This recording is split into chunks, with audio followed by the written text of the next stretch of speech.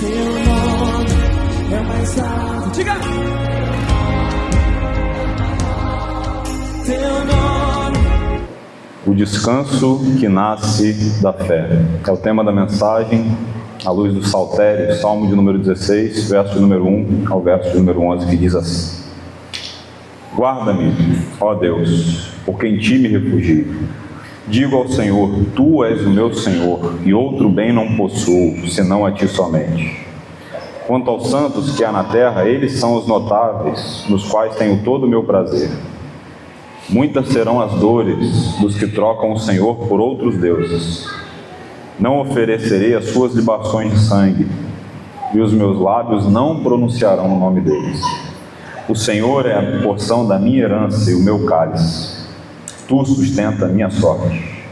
As minhas divisas caíram em lugares agradáveis, e é linda a minha herança. Bendigo o Senhor que me aconselha, pois até durante a noite o meu coração me ensina. Tenho o Senhor diante de mim, estando Ele à minha direita, não serei abalado. Por isso, o meu coração se alegra e o meu espírito exulta. Até o meu corpo repousará seguro. Pois não deixarás a minha alma na morte, e nem permitirás que o teu santo veja a corrupção. Tu me farás ver os caminhos da vida. Na tua presença há plenitude de alegria, e à tua direita há delícias perpetuamente. O Senhor nos abençoe, queridos. Vejam, todos nós, sem exceção, estamos cansados. Todos nós. Porque nós vivemos em um tempo em que descansar se tornou algo raro. E até mesmo quando o nosso corpo para, quando nós estamos deitados, muitas vezes dormindo, a nossa mente continua acelerada. Nosso coração fica inquieto e a nossa alma fica sobrecarregada. Boa parte das pessoas vivem tentando consertar aquilo que se quebrou. Reparar um erro que foi cometido no decurso da história, ou até mesmo tramando algo contra alguém que tanto te fez mal. E essas coisas, via de regra, nos cansam. Isso acontece porque as preocupações com o amanhã assaltam a nossa paz. O medo das perdas e a instabilidade que nós vivemos roubam a nossa tranquilidade. E como uma resposta ao cansaço, muitos do que procuram descanso acabam tentando encontrar em soluções rápidas, distrações, remédios, ou até mesmo uma espécie de controle excessivo sobre as coisas. Mas mesmo assim, mesmo fazendo tudo isso, continuam cansados, exaustos por dentro. Às vezes um cansaço físico, ou até mesmo o que nós podemos chamar de cansaço da alma. Talvez essa seja a sua condição aqui hoje. Talvez essa seja a sua condição nesse dia. Cansado, sobrecarregado, sem tempo e sem descanso. O Salmo 16, ele nos apresenta aqui, nesses 3 últimos versos que nós vamos avaliar hoje, uma espécie de descanso diferente do que nós estamos acostumados. Um descanso que não nasce das circunstâncias favoráveis, que não nascem das coisas boas, que em alguma medida podem até acontecer conosco, mas nasce de um relacionamento com o Criador, nasce da fé. Davi não escreve esse salmo aqui a partir de uma vida tranquila, mas de um coração que aprendeu a confiar em Deus, mesmo em meio às incertezas. Por isso, ele pode afirmar aqui que o seu coração se alegra, e a sua carne repousa segura, e a sua esperança ultrapassa até mesmo a morte. Hoje nós vamos aprender e descobrir que o verdadeiro descanso não é a ausência de tempestades na nossa vida, como muitos de nós podem imaginar. Não é a ausência de problemas, mas a presença de Deus nos desafios da vida. O descanso que nasce da fé é aquele que sustenta a alma hoje e ancora a nossa esperança na eternidade. Pois bem, quero convidar você a manter a sua Bíblia aberta, porque nós vamos examinar esses 3 versos do Salmo de número 16. Verso 9, 10 e 11. Eu disse aos irmãos, há 2 semanas atrás, que esse salmo é conhecido como o Salmo de Mictã. E esse significado é o mais provável desse termo, dessa aplicação dessa palavra, Mictã. E elas são formadas por um prefixo mi, junto com uma palavra keten, que significa ouro. E essa expressão unida significa uma peça dourada em forma de natureza. A Septuaginta traduziu como estelografia, ou estelografia, uma inscrição, um pilar, um monumento. Então, a tradição aponta que o Salmo 16 é um salmo de ouro, salmo dourado. E quando Davi escreveu, o seu intuito era que fosse escrito na lápide do seu túmulo, com letras douradas, com letras de ouro, como uma lembrança perpétua de que ele não estaria mais ali, mas que o seu Senhor, o seu Salvador, o havia tirado da morte, como diz o verso de número 10, que é a chave para nós entendermos esse salmo. Pois não deixarás a minha alma na morte, nem permitirá que o teu santo veja a corrupção. O Salmo 16 é uma espécie de experiência pessoal do rei Davi com o Senhor. Não é aqui a relação de alguém com Deus, mas é uma relação pessoal. O seu coração aqui está falando de uma experiência que ele mesmo viveu. Não é uma biografia de alguém, mas são experiências pessoais com o Senhor. No entanto, ele faz uso de um pronome possessivo aqui, meu, com muita frequência. Praticamente em todos os versos do Salmo esse pronome aparece. E ele vai usá-lo, para os irmãos terem uma ideia, em 16 vezes no decurso do Saltério. São 11 versos e ele usa 16 vezes. Portanto, nós estamos diante de um salmo aqui que é uma espécie de profunda confissão de fé do rei Davi. Esse salmo aqui é composto por uma característica singular. Do verso 1 ao verso de número 8, como nós vimos há 2 semanas atrás, o salmista está olhando aqui numa perspectiva terrena. Aqui estão sendo expressadas os problemas que ele vê no decurso do tempo. Mas, a partir do verso número 9 em diante, ele segue em outra direção. Ele inclui aqui a segunda pessoa da Trindade. E é curioso, porque ele volta a sua confiança para a ressurreição do Messias, a ressurreição de Cristo. Portanto, nós estamos falando de um salmo messiânico. E eu quero chamar a sua atenção porque esse salmo começa com uma proteção, uma blindagem, caminha pela satisfação em Deus e termina com a esperança na vida eterna, em Cristo. E ele tem muitas coisas a nos ensinar, porque todos nós precisamos de boas doses do Salmo 16, diariamente, para manter viva a nossa esperança em Cristo Jesus. E sendo Cristo o cabeça do corpo, a igreja, esses versos aqui podem ser, em sua maior parte, aplicados a todos os cristãos genuínos. É uma experiência pessoal de Davi, mas todos nós podemos aprender lições e fazer das palavras de Davi as nossas. Cristãos que são guiados, encorajados e animados pelo Espírito Santo. E juntos nós podemos entoar esses versos aqui, para a glória de Deus primeiramente, e também para nossa própria alegria. Nós podemos cantar e nos lembrar do conforto eterno. Podemos ser encorajados e edificar a nós mesmos e a outros, e ao mesmo tempo serem instruídos. O salmista aqui está nos mostrando nesses 3 versos, somente, que Jesus não é apenas a nossa esperança no porvir, como você pode imaginar. Quando o dia Ele voltará e julgará todas as coisas, Ele é sim a nossa esperança no porvir. Mas veja, Ele também é a nossa esperança hoje, no presente.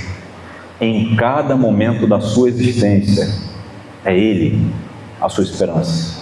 E também a nossa esperança eterna. No presente, no futuro, até a eternidade. Nós vamos ver esse texto aqui em 3 partes. Porque quem aprende a confiar em Deus como o salmista Davi, vive com alegria no coração, independentemente das adversidades, das circunstâncias. Vive seguro diante da morte e mantém a sua esperança eterna em Cristo Jesus. O salmista está nos ensinando sobre a alegria de quem vive seguro em Deus. Vejamos então que alegria é essa. Primeiro tópico aqui que nós podemos aprender com esse texto é a alegria no coração, a segurança no presente. Observe na sua Bíblia o verso de número 9, por favor. Por isso, o meu coração se alegra e o meu espírito exulta. Até o meu corpo repousará seguro. Vejam, o salmista apresenta aqui tudo aquilo que está diante dos seus olhos. A forma como que ele vê as pessoas ao seu redor, adorando ali a outros ídolos.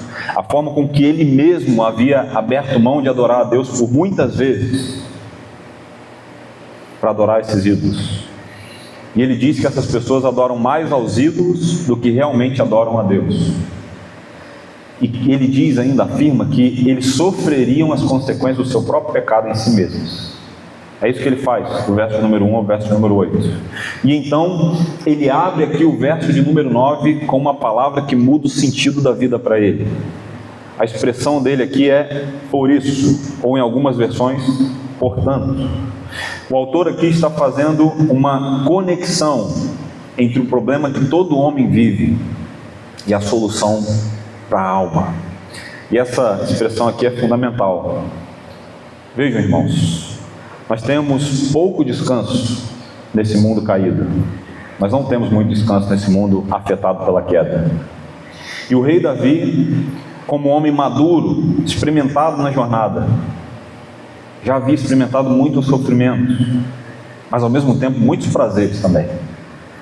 Do céu ao alento, cuidando de ovelhas, do pasto, até o palácio. Então, veja, sendo servido ali por várias pessoas ao seu redor. Davi já experimentou isso. Um homem que tinha tudo e todos à sua disposição, mas ele só descansava verdadeiramente no Senhor. É por isso que o verso de número 9, ele é o arremate, é a conclusão de Davi. Ao olhar para o falso mundo, ao olhar para os falsos ídolos, os falsos deuses fabricados pelos homens, que no máximo que podem fazer é te oferecer um cochilo temporário, uma pestana, algumas horas de sono apenas, mas nunca podem te oferecer um descanso para a alma. E o salmista olha para tudo isso e ele não encontra segurança e descanso. Então veja, a alegria do rei Davi não é o resultado de uma série de coisas boas acontecendo na sua vida, somadas ao seu favor. Afinal, ele havia sido perseguido por Saul, que era rei naquele momento, por mais de 10 anos. Tenta imaginar, sendo perseguido por alguém 10 anos. Ele teve que lidar com a deserção do seu homem maior de confiança, Aitofel, seu conselheiro de estado, avô de Betseba. Ele teve inúmeros problemas dentro da sua própria família. Teve que lidar com as consequências do seu pecado, com um problema familiar que envolveu a sua filha Tamar com Aminon, seu filho, com a deserção posterior do seu filho Absalão, ao qual ele tinha um profundo amor, a Escritura vai nos dizer. Algumas pessoas até afirmam que Absalão era o filho preferido de Davi. Normalmente os pais dizem que não tem filhos preferidos, né? Mas a Bíblia diz que ele tinha um profundo amor, nutria um profundo amor por Absalão. Então veja, a alegria de Davi não é o resultado das coisas boas apenas que estão acontecendo com ele. Ele não dá aqui um salto no escuro, ignorando a realidade presente à sua volta e vivendo ali de forma fantasiosa. Ele não estava falseando a realidade. Davi sabia o que era o sofrimento. Ele sabia o que eram as dificuldades. Sabia o que era ser rejeitado, o que era ser caluniado. Ele sabia o que era ser perseguido. Então, a alegria de Davi não era um salto no escuro, mas a alegria de Davi é o resultado particular da sua vida com Deus, mesmo que as tempestades estivessem lá fora. o coração dele repousava seguro no bendito Evangelho de Jesus Cristo. Portanto, há aqui uma aplicação para nós. Ouça, e que isso possa ser fincado no seu coração. A verdadeira alegria não é a ausência de problemas, mas o descanso no Senhor. Tal como Davi, todos nós somos impactados pela realidade presente nesse mundo de pecado.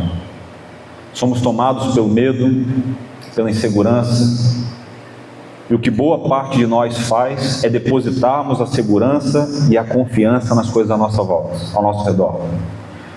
E o resultado disso é um problema grave que ainda hoje acontece, que a humanidade tem colhido no decurso do tempo: descontentamento, infelicidade e frustrações. Num país como o nosso, cada vez mais as pessoas estão descontentes e frustradas. E esses sentimentos, eles são potencializados quando o coração busca segurança nas coisas passageiras. Quando a alegria, ela está condicionada às circunstâncias da vida, qualquer perda, qualquer frustração, se transforma num problema maior do que o indivíduo pode resolver.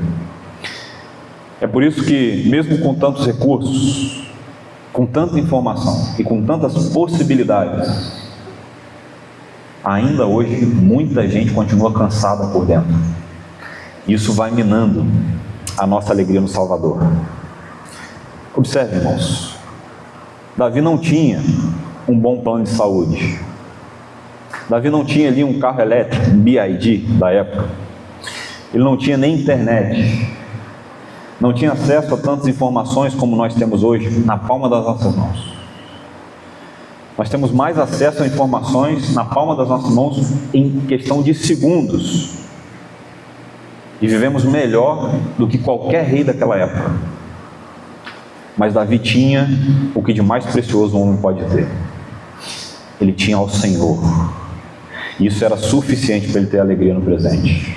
Thomas Watson diz assim: se Deus for o nosso Deus, Ele nos dará paz em tempos difíceis. Quando há uma tempestade lá fora, Ele trará paz para dentro de nós. Não é o quanto você tem, não é a sua capacidade financeira, mas é quem você tem. E o salmista sabia que as coisas que ele tinha não eram a principal fonte de descanso para a sua vida.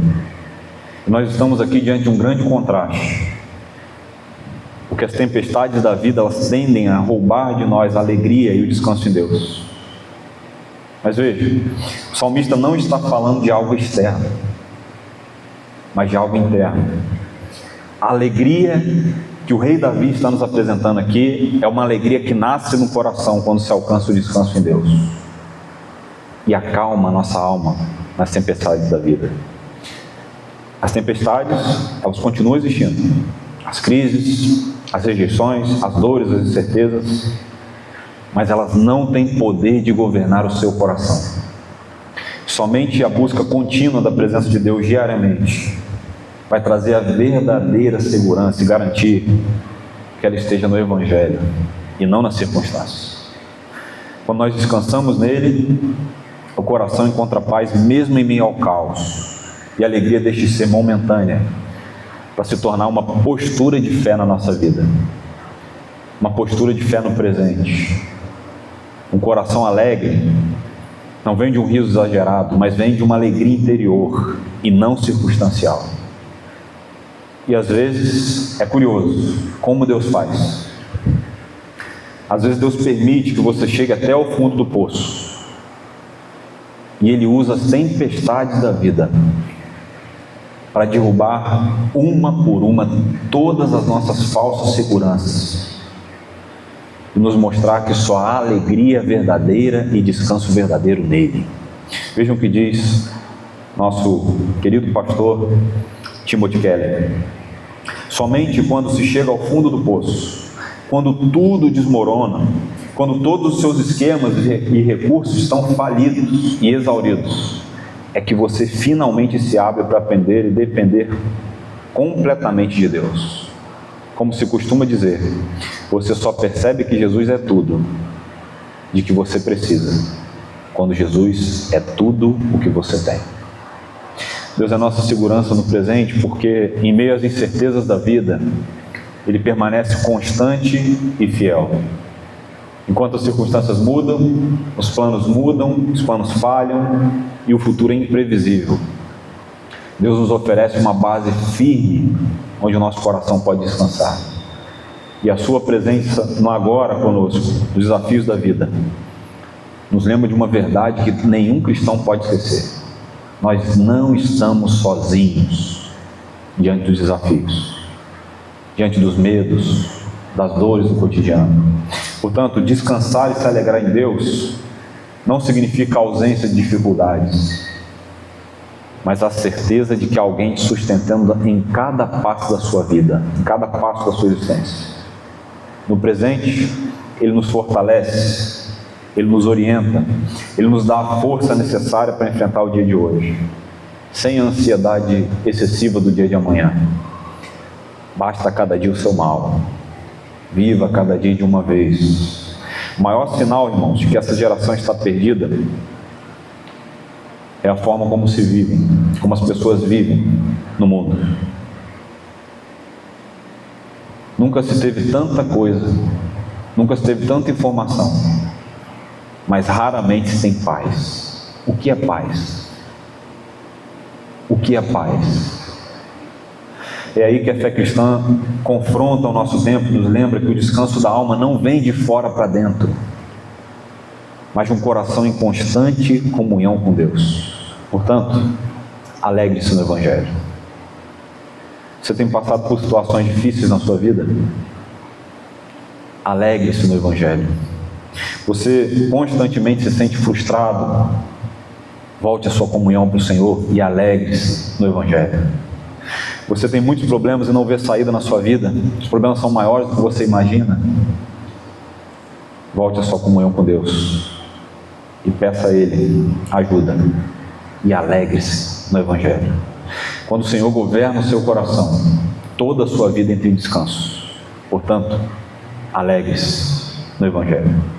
E a segunda parte nesse texto aqui, esse verso que nós estamos vendo, nos mostra que o descanso na alma resolve boa parte dos nossos problemas. É curioso.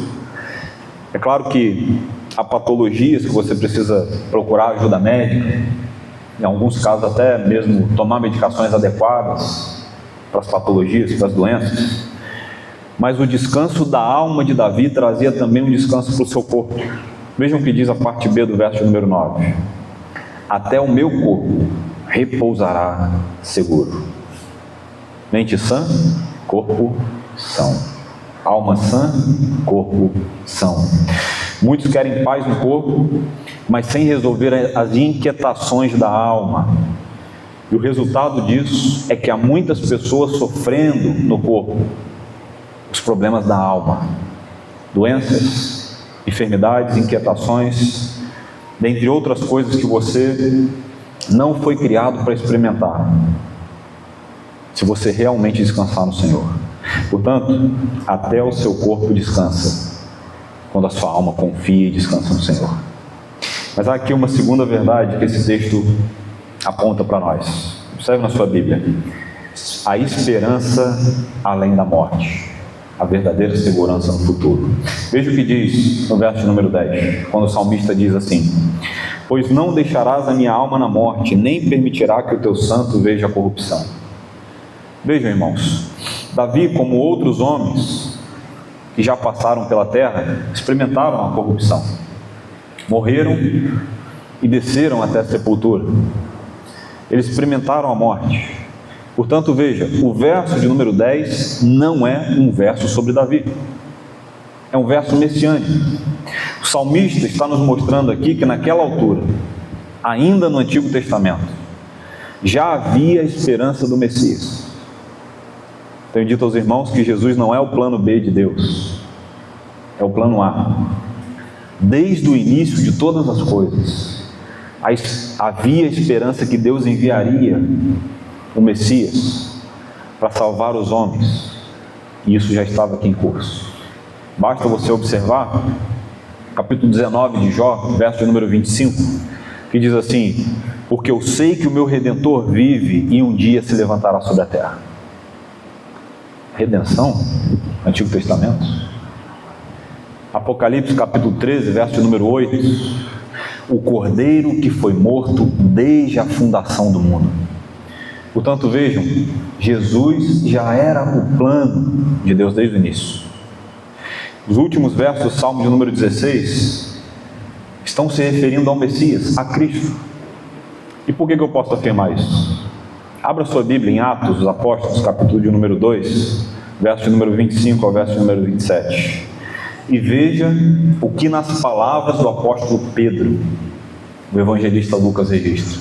Atos capítulo 2, 25 a 27, que diz assim: porque Davi fala a respeito dele dizendo, quem é dele? É o próprio Cristo. Eu sempre vi o Senhor diante de mim, porque Ele está à minha direita, para que eu não seja abalado. Agora vejam o Salmo 16. Por isso o meu coração se alegra e a minha língua exulta. Além disso, também a minha própria carne repousará em esperança, porque não deixarás a minha alma na morte, e nem permitirá que o teu santo veja a corrupção.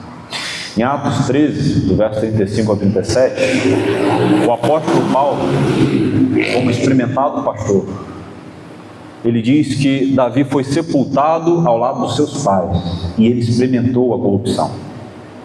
Davi estava morto, mas um dia, na plenitude dos tempos, Deus enviaria o seu filho, nascido de uma mulher virgem, para viver uma vida perfeita, padecer pelos nossos pecados na cruz, de modo que ele seria ressuscitado pelo Espírito Santo de Deus, e ele seria a primícia de todos aqueles que dormem.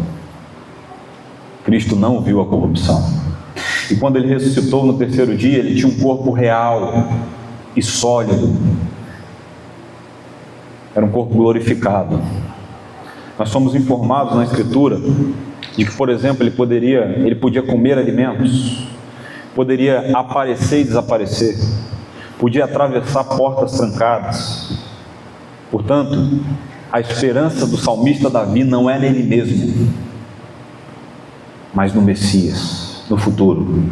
Warren Wiersbe diz assim: Davi morreu e foi sepultado, mas Jesus ressuscitou. Assim, esse salmo aponta claramente para o Messias.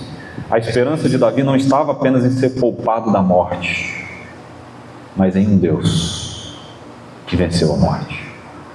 O rei Davi seria capaz de enfrentar a morte com o coração em paz, com a alma alegre, e descansar no túmulo com esperança, porque ele sabia que no futuro ele também teria um corpo glorificado, e ele sabia que a morte no final não tem a última palavra.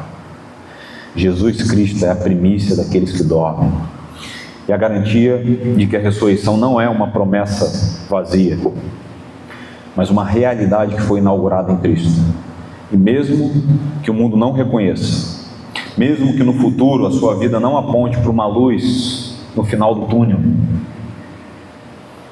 os momentos difíceis que você está vivendo, você pode descansar no bendito Evangelho de Jesus Cristo, a nossa única e segura esperança na vida e na morte.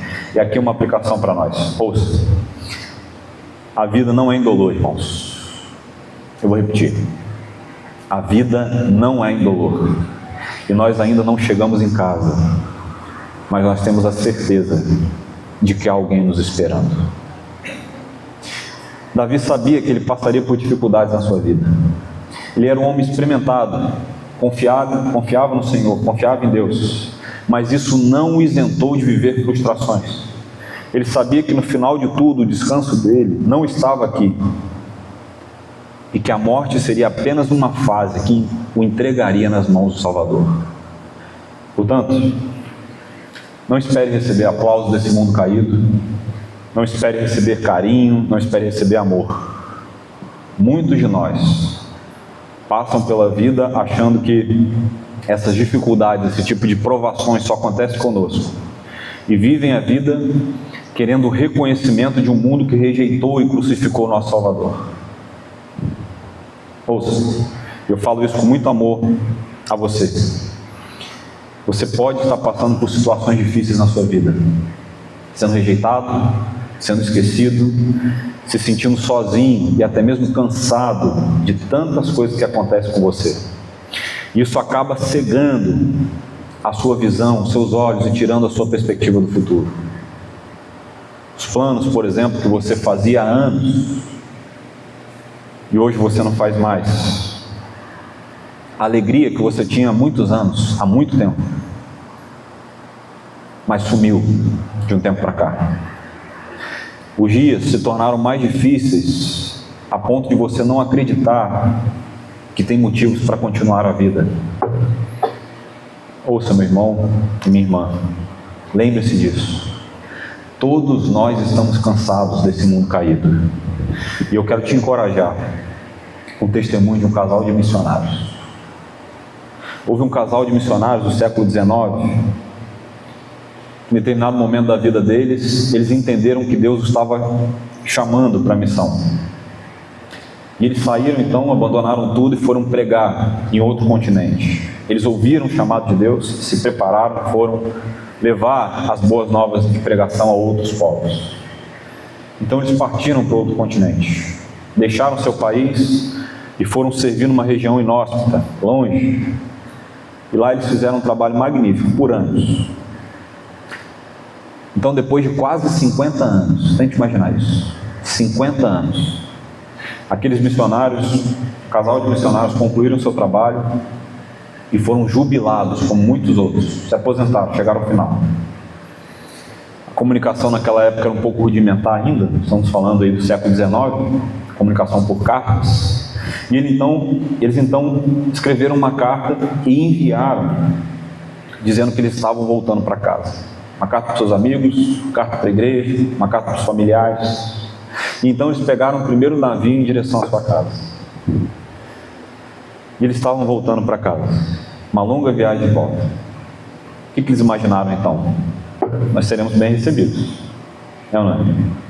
Seriam acolhidos, homenageados ali pelos familiares, pelos amigos, pela igreja que os enviou. E então eles chegaram ao porto da cidade natal. E quando o navio chegava ao porto, antes de atracar, eles viram ali algumas bandeiras, luzes, uma banda marcial tocando. Ao que tudo indicava ali, era uma festa preparada para eles. Então eles seriam recebidos com muito amor e carinho. O marido olhou para a esposa e disse assim: que maravilha, amor, nós estamos sendo bem recebidos pelos longos anos de trabalho que nós dedicamos no campo missionário. Mas quando eles estavam chegando perto, toda aquela recepção, todo aquele aparato, não era para eles. Era para um político que estava viajando na época, naquele navio, na primeira classe. Ele já tinha ali recebido os louros, né? E o casal de missionários que estavam viajando ali na terceira classe, quando eles desceram do navio, eles só viram ali os resíduos, os resquícios da festa. E eles ficaram muito entristecidos com isso, muito tristes. E eles então se dirigiram ao local onde eles ficariam abrigados. O marido ficou muito indignado. A esposa mais calma, mais tranquila, mas o marido muito indignado. E ele disse assim: como é que Deus faz isso com a gente? Depois de tantos anos fora de casa, recebidos assim, com indiferença, não tinha ninguém para nos receber. Então ele olhou para a esposa e disse assim: eu vou caminhar. E ele foi fazer uma caminhada. A esposa disse assim: eu vou orar, eu vou falar com o Senhor. O tempo passa, a caminhada não fez muito efeito, então esse rapaz volta indignado. E ele fecha a porta, bate a porta de forma brusca. E ele pergunta à sua esposa: e aí, orou o teu Deus? E ela responde: orei. E ele pergunta: o que ele te disse então? O que o teu Deus te disse? E aquela mulher com muita sabedoria disse assim: ele disse que nós ainda não chegamos em casa. Nós ainda não chegamos em casa. Irmãos, desse lado da existência há muita injustiça, há muito cansaço, há muita indignação e muita dor. Mas nós não chegamos em casa ainda. E quando nós chegarmos, nós seremos bem recebidos com o homem que tem as marcas da crucificação nas suas mãos. E ele dirá a nós: muito bem, servo bom e fiel, você foi fiel sobre o pouco, e sobre o muito te colocarei. Venha participar da alegria do seu Senhor. Porque Cristo vive, o nosso futuro está garantido. Porque a esperança do cristão não está na negação da morte, pelo contrário, nós reconhecemos a morte, mas o máximo que a morte pode fazer com todos aqueles que estão em Cristo é nos entregar nos braços do nosso Salvador. Portanto, há uma esperança para todos aqueles que estão em Cristo no futuro. Não perca isso de vista. Cristo Jesus voltará.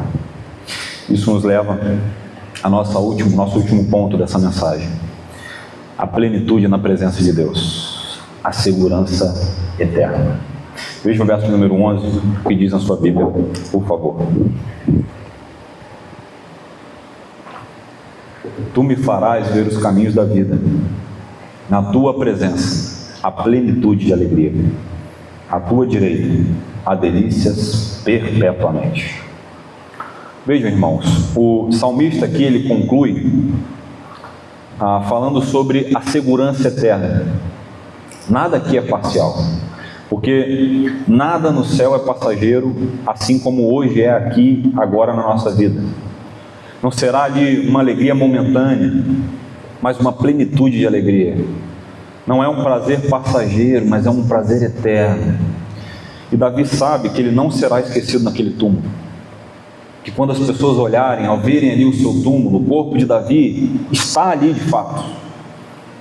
Mas ele não está mais ali. Ele está com o Senhor. Que esperança melhor do que isso, irmãos? Uma segurança eterna que ninguém pode tirar, porque foi o próprio Deus que fez. E os verbos aqui no verso número 11, eles são importantes. Veja, não foi o salmista que garantiu essas coisas. Veja o que diz: tu me farás ver. É Deus que o dirige. A plenitude de alegria, quem satisfaz? É Deus quem satisfaz. Delícias perpetuamente, é Deus quem recompensa. Portanto, a maior bênção que você pode receber na sua vida não é a que você a conquista, mas a que o próprio Deus dá aos seus filhos. Há muitas caricaturas ainda hoje sobre o céu. Tem gente que diz que o céu é uma sala branca, né? Pintada de branco, com ar-condicionado ali geladinho, e você vai viver ali uma espécie de uma vida enfadonha. Outros dizem que o céu é um menino, onde há um menino balançando as pernas ali para a eternidade inteira. Mas vejam, o céu não é enfadonho, irmãos. E os prazeres do céu vão muito além do que qualquer prazer que você pode ter experimentado aqui na terra. Você não estará mais sujeito ao tempo, à gravidade, não haverá doenças, não há morte, não há pais sepultando filhos, não há correria, não há fraqueza, não há separação. Nenhuma das consequências do pecado estarão no céu. E as glórias da eternidade, elas são tão grandes, tão magníficas, que o apóstolo João teve que tentar ali esquadrinhar na linguagem humana, a fim de encontrar palavras para descrever. E eu quero ler para vocês apenas um trecho aqui das palavras do apóstolo João em Apocalipse capítulo 21, verso de número 23, que sintetiza o que é o céu. Vejam: a cidade não precisa do sol e nem da lua para lhe dar claridade, pois a glória de Deus a ilumina, e o Cordeiro é a sua lâmpada. Tente imaginar. Você consegue imaginar isso? Você consegue imaginar o que é o céu de fato? A verdadeira alegria não está nas bênçãos que Deus te dá. A verdadeira alegria está no próprio Deus, na presença do próprio Deus. O rei Davi, que começou o salmo buscando refúgio no verso número 1, encontrou esse refúgio. Nosso refúgio é Cristo. É por isso que o salmista termina o verso número 11, celebrando a alegria eterna ao lado de Cristo. Pergunte-se: Jesus Cristo realmente é o Senhor da sua vida? Você almeja encontrá-lo? Qual foi a última vez que você fez essa oração? Senhor, os meus olhos querem ver o Senhor. Ou seus olhos estão tão embaçados pelo mundo que você perdeu de vista essa verdade? Ainda hoje, Cristo Jesus pode ser a sua esperança na vida e na morte, para que você encontre o verdadeiro descanso. Caminhando para o final, para a conclusão, eu queria contar a história do Catecismo de Heidelberg. Não sei quantos aqui já tiveram acesso, mas os ventos fortes e as chuvas, elas vêm sobre todos nós. Os cristãos, eles também experimentam tempestades. E no século XIX foi escrito um documento que é um dos melhores catecismos de toda a história, já produzidos na história. E ele foi escrito por 2 jovens pastores, que na época eram jovens pastores. Zacarias Ursinos e Gaspar Oliviano foram os homens que escreveram o Catecismo de Heidelberg. E ele é composto por 129 perguntas e respostas para serem usadas dominicalmente.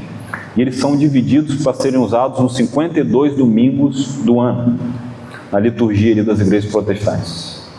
E o que é interessante notar é que eles fizeram a composição desse catecismo para atender uma necessidade que estava assolando a igreja naquele período. Muitas mortes. Mortes por guerra, mortes por fome, mortes por epidemias, muitas mortes. E esse catecismo serviu para instrução, para edificação e um grande consolo nos crentes em Jesus. E ele começa com uma questão essencial. Eu vou ler apenas a primeira pergunta do catecismo para vocês, a primeira resposta, que vai de encontro ao Salmo 16. Logo na primeira pergunta, a pergunta é a seguinte: qual é o teu único consolo na vida e na morte?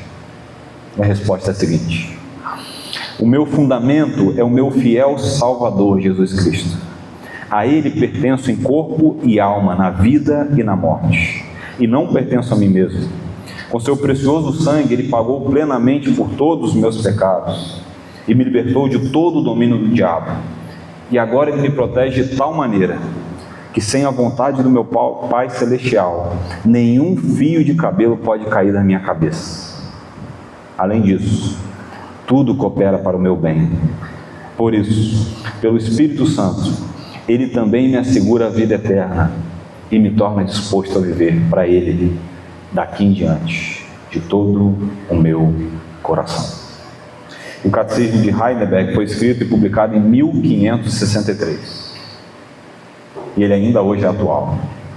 Jesus Cristo é o nosso único descanso, na vida e na morte. Quem tem Deus, tem tudo. Quem não tem Deus, não tem nada. Todos nós devemos viver para Cristo, irmãos. Porque quando a nossa hora chegar, nós não vamos ficar desesperados, porque nós sabemos quem vai nos encontrar do outro lado. Cristo é a nossa esperança no presente, é a nossa esperança no futuro, e Ele é a nossa esperança eternamente. Para finalizar, quero ler para vocês uma frase de Matthew Henry que diz assim: Cristo ressuscitou para assegurar os seus, que a morte não terá domínio final sobre eles. Que o Senhor nos abençoe, nos ajude a crer nessa preciosa verdade. Bendito seja Jesus Cristo, o Filho de Deus. Vamos orar e falar com o nosso Senhor. Teu nome é mais alto. Diga! Teu nome é sobre todos os tronos e domínios, governos e poderes. Teu nome